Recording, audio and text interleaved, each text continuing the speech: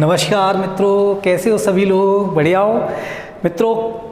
हम लोग पॉलिटिकल की सरकार के बारे में हम लोगों ने देखा था पिछली वीडियो में कि सरकार के 3 अंग होते हैं, विधायिका, कार्यपालिका और न्यायपालिका। विधायिका को आप लोग क्या कह रहे थे? केंद्र सरकार की विधायिका को संसद बोल रहे थे आप। फिर कार्यपालिका के 2 भाग पढ़े थे, न्यायपालिका के बारे में पढ़ा था। जिन लोगों ने कल का वीडियो नहीं देखा है वो कल का वीडियो देखें समझने के लिए। अब आज स्टार्ट करते हैं हम लोग केंद्र सरकार। मित्रों, केंद्र सरकार, देखो मित्रों, ये जो केंद्र सरकार है, यदि इस केंद्र सरकार पर आप लोग बात करोगे तो ये केंद्र सरकार है। सबसे पहले तो हम लोग देखते हैं मित्रों कि केंद्र सरकार का उल्लेख संविधान के किस भाग में। तो केंद्र सरकार का उल्लेख मित्रों, यदि आपसे पूछा जाए केंद्र सरकार का उल्लेख संविधान के किस भाग में है, तो भाग कौन सा हो जाएगा मित्रों? 5। भाग कौन सा होगा मित्रों? 5 होगा। भाग 5 में उल्लेख है। यदि आपसे पूछा जाए कि केंद्र सरकार से संबंधित अनुच्छेद हैं, तो केंद्र सरकार से संबंधित अनुच्छेद हैं मित्रों, तो आपका आंसर होगा 52 से लेकर के 151 तक। 52 से लेकर के 151 तक अनुच्छेद किससे संबंध रखेंगे? केंद्र सरकार से मित्रों। अब केंद्र सरकार के भी कितने अंग हैं? 3 अंग हैं वही, एक विधायिका, एक कार्यपालिका, एक न्यायपालिका। अब केंद्र सरकार का पहला विधायिका देख रहे हो या व्यवस्थापिका कह रहे हो आप जिसको। अब इस केंद्र सरकार की विधायिका या व्यवस्थापिका को क्या कहोगे? तो आप लोगों ने क्या कहा था? केंद्र सरकार की विधायिका या व्यवस्थापिका को संसद कहा था आपने। केंद्र सरकार की विधायिका या व्यवस्थापिका को क्या कहा था मित्रों? संसद कहा था। तो इस संसद के बारे में यदि पूछा जाए तो संसद क्या है? केंद्र सरकार का एक विधायी अंग है। तो संसद क्या है? केंद्र सरकार का एक विधायी अंग है या विधायी भाग है केंद्र सरकार का। संसद का उल्लेख संविधान के किस भाग में? तो केंद्र सरकार का है, इसलिए क्या हो जाएगा? भाग 5। और यदि आपसे पूछा जाए अनुच्छेद, तो संसद से संबंधित अनुच्छेद, तो अनुच्छेद संसद से संबंधित जब भी अनुच्छेद आपसे पूछे जाते हैं तो अनुच्छेद कहाँ से कहाँ तक होंगे? तो अनुच्छेद 79 अनुच्छेद 79 से लेकर के कहाँ तक? 123 तक। अनुच्छेद 79 से लेकर 123 तक किससे संबंध रखते हैं? संसद से संबंध रखते हैं मित्रों। अब संसद की जो संरचना है, इस संसद की संरचना या संसद के गठन से संबंधित अनुच्छेद कौन सा है मित्रों? तो संसद के गठन से संबंधित यदि अनुच्छेद पूछा जाए या संरचना से संबंधित आर्टिकल पूछा जाए तो कौन सा हो जाएगा? आपके 79। तो संसद की संरचना या गठन से संबंधित अनुच्छेद है तो कौन सा है? 79 है। अब अनुच्छेद 79 में क्या कहा गया है कि संसद के 3 अंग होंगे। अतः कहा गया है कि संसद में एक तो राष्ट्रपति होगा और 2 संसद के सदन होंगे। ये किसमें कहा गया? आर्टिकल 79 तो इसके अनुसार देखा जाए तो संसद के कुल कितने अंग हैं? तो मित्रों, संसद के कुल कितने अंग हैं? 3 अंग हैं। मैंने आपसे कहा कि सरकार के कितने अंग? 3। संसद की भी कितनी है मित्रों? 3 अंग हैं मित्रों संसद के। तो संसद के कितने अंग हो गए मित्रों? 3 अंग हो गए संसद के। तो संसद के 3 अंग कौन कौन से हैं? तो देखें मित्रों, संसद के 3 अंग होते हैं। संसद के 3 अंग कौन से हैं? एक तो होती है आपके लोकसभा। संसद के 3 अंग होते हैं मित्रों। एक तो कौन सी हो गई? लोकसभा हो गई मित्रों। इसके अलावा राज्यसभा, संसद का अगला अंग कौन सा हो गया? राज्यसभा। तो एक तो होती है आपके लोकसभा, एक कौन सा हो गया? राज्यसभा। इसके अलावा अगला अंग कौन सा है? राष्ट्रपति। तो संसद के कुल कितने अंग हैं? यदि आपसे कहा जाए संसद के कुल कितने अंग हैं तो मित्रों कितने अंग होंगे? 3 अंग होंगे। कौन कौन से? लोकसभा, राज्यसभा और एक कौन सा होता है मित्रों? राष्ट्रपति। कौन सा होता है? राष्ट्रपति होता है। अब इन तीनों से संबंधित अनुच्छेद यदि आपसे पूछे जाएं तो आपको ध्यान रखना है अनुच्छेद 52 से लेकर 62 तक ये तो किससे संबंध रखते हैं? राष्ट्रपति से। अनुच्छेद 52 से लेकर 62 तक किससे संबंध है? राष्ट्रपति से संबंध है मित्रों। राज्यसभा की संरचना या राज्यसभा में कितने सदस्य होने चाहिए, उनका विभाजन किस तरह से है, उसका उल्लेख किस अनुच्छेद में है? तो उसका उल्लेख मिलता है आपके आर्टिकल अनुच्छेद 80 में। किस में मिलता है? 80 में। और लोकसभा की संरचना का उल्लेख किस अनुच्छेद में मिलता है? तो अनुच्छेद 81 में मिलता है मित्रों। तो अनुच्छेद 81 का संबंध लोकसभा से, अनुच्छेद 80 का संबंध राज्यसभा से, 52 से लेकर 62 राष्ट्रपति से, 79 संसद। हो गया याद? डायरेक्ट कई दफे इसी तरह से क्वेश्चन पूछ लेता है मित्रों। और इस पे तो कई बार क्वेश्चन पूछे हुए हैं मित्रों, चाहे सेंट्रल गवर्नमेंट की एग्जाम्स हो चाहे स्टेट गवर्नमेंट की हो। कई दफे राष्ट्रपति पे क्वेश्चन पूछा हुआ है इस तरह से कि राष्ट्रपति से संबंधित अनुच्छेद हैं, उसमें ऑप्शन दिया हुआ है 52 से 62। और सही है, राष्ट्रपति से संबंधित अनुच्छेद कौन से होते हैं मित्रों? 52 से 62 होते हैं। जब आप राष्ट्रपति हम लोग डिटेल से पढ़ेंगे तो ये अनुच्छेद आएंगे। राज्यसभा को हम डिटेल से पढ़ेंगे, अनुच्छेद के बारे में पूरी डिटेल पढ़ेंगे, यहाँ भी पूरी डिटेल पढ़ेंगे इस तरह से। अभी केवल हम लोग ये जानने की कोशिश कर रहे हैं कि जब संसद को पढ़ा जाए तो बार बार छोटी छोटे व्यवधान आएंगे, कई चीजें स्टूडेंट को प्रॉब्लम क्रिएट करेंगी, तो उन चीजों को क्लियर किया जा रहा है पहले, फिर उन चीजों को पढ़ना स्टार्ट किया जाएगा मित्रों। तो देखिए, लोकसभा, राज्यसभा और राष्ट्रपति हो गया, लेकिन यहां से एक क्वेश्चन और निकलता है। ये तो तीन तो क्या हो गए? इसके अंग हो गए मित्रों। तीन तो क्या है? इसके अंग हैं। लेकिन एक क्वेश्चन और निकलता है जो आया हुआ है राजस्थान में क्वेश्चन, कि उपरोक्त में से कौन संसद का सदस्य नहीं है? और उनमें एक ऑप्शन राष्ट्रपति था। तो आपको ध्यान रखना है, राष्ट्रपति है वो राष्ट्रपति संसद का अभिन्न अंग तो है, लेकिन राष्ट्रपति संसद का सदस्य नहीं है। संसद का सदस्य नहीं होता। तो ये संसद का सदस्य नहीं होता है मित्रों, राष्ट्रपति है जो आर्टिकल 52 से 62 तक उल्लेख है, ये संसद का क्या नहीं होता है? सदस्य नहीं होता है राष्ट्रपति।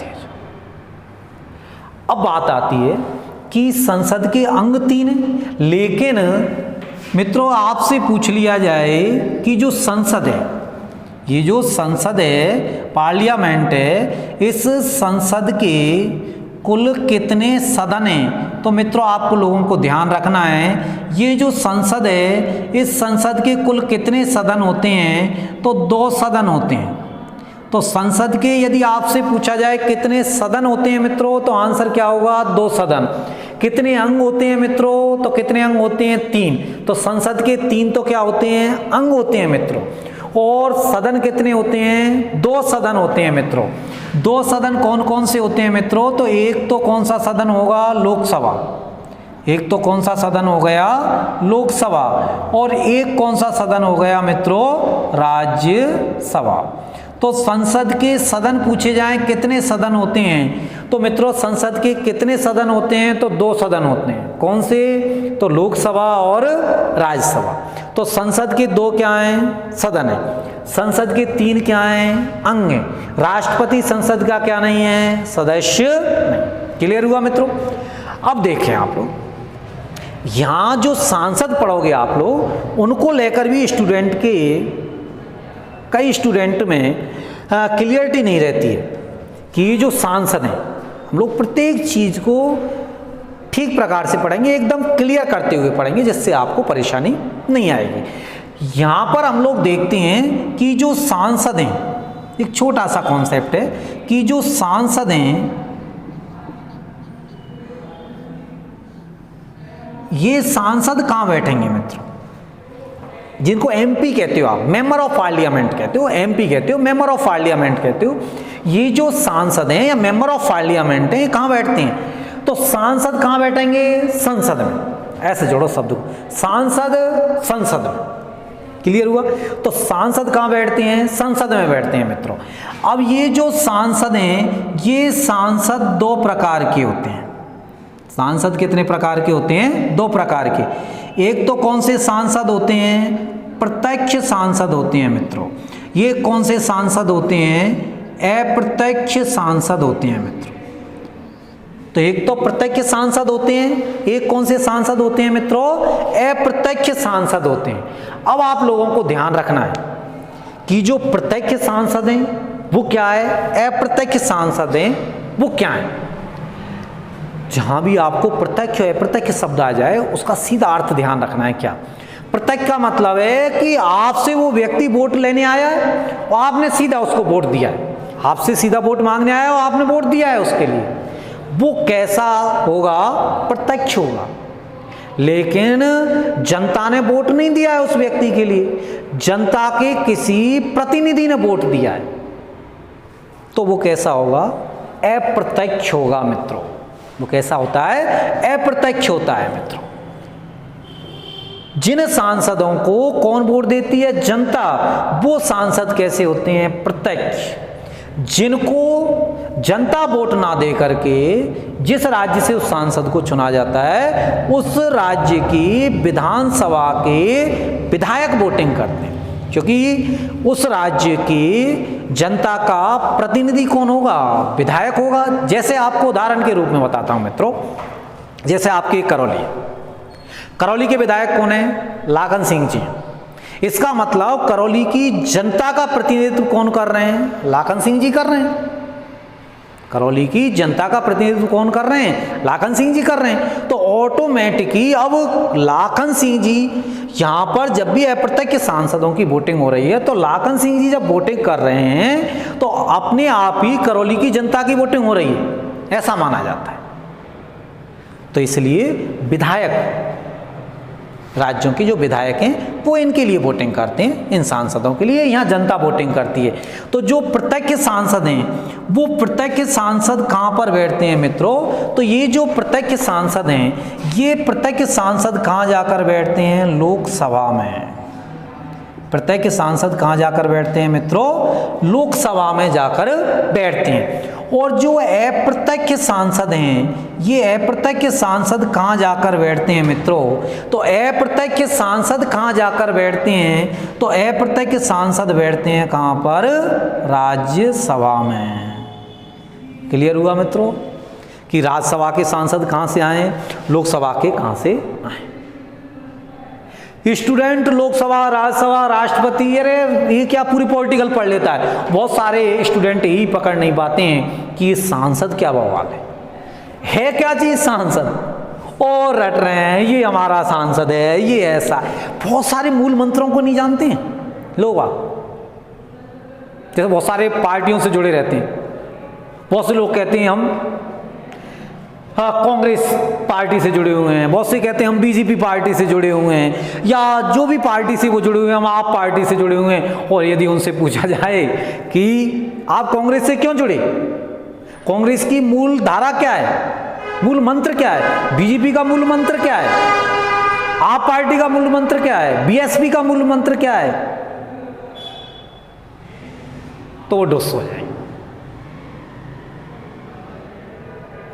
इस तरह की चीजें आप लोगों को यहां बताई जाएंगी इस चैनल पर, बहुत बारीकी से चीजों को बताया जाएगा।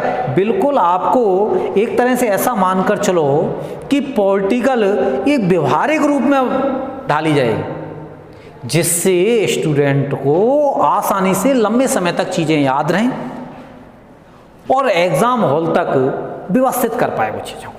मित्रों, सबसे बड़ी बात होती है कि आप जिस चीज़ को पढ़ रहे हो वो एग्ज़ाम हॉल तक पहुँचे, टेबल पे पहुँचे, और आप जब उससे संबंधित पेपर में क्वेश्चन हो तो आप क्वेश्चन को सही कर पाओ, वही सफलता है।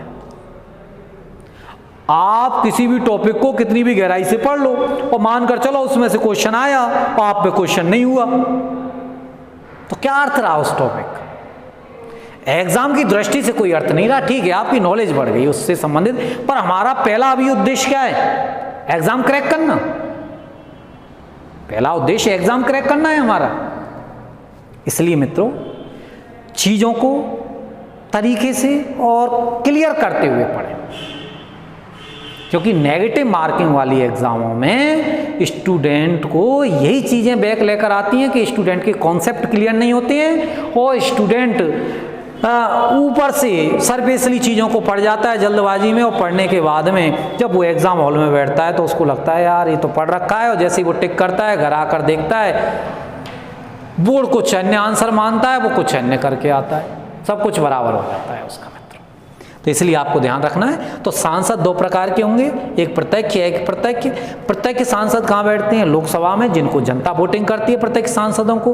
अप्रत्यक्ष सांसद कहाँ बैठते हैं? राज्यसभा में बैठते हैं मित्रों। इनको उस राज्य के विधायक वोटिंग करते हैं मित्रों, अप्रत्यक्ष सांसदों को। तो ये आपके सांसद, सदन और अंगों के बारे में था मित्रों। अब हम लोग इसी प्रकार से आगे अगली वीडियो में मित्रों संसद के बारे में बात करेंगे डिटेल से, कि संसद भवन का निर्माण कब हुआ है, किस आकृति पर निर्धारित है, नए संसद भवन का निर्माण कौन सी कंपनी करवा रही है, क्या स्थिति है, लोकसभा और राज्यसभा के बारे में डिटेल से पढ़ेंगे हम, राष्ट्रपति के बारे में डिटेल से पढ़ेंगे। इन सभी चीज़ों पर हम लोग आगे अगली वीडियो में डिटेल से चर्चा करेंगे मित्रों। आप हमारे साथ इसी प्रकार से बने रहिए मित्रों। यदि आपको ये वीडियो पसंद आता है तो आगे शेयर करें, जिससे ज़्यादा से ज़्यादा लोग इसका फ़ायदा उठा सकें मित्रों। आप लोगों को बहुत बहुत धन्यवाद मित्रों। थैंक्स। जय हिंद।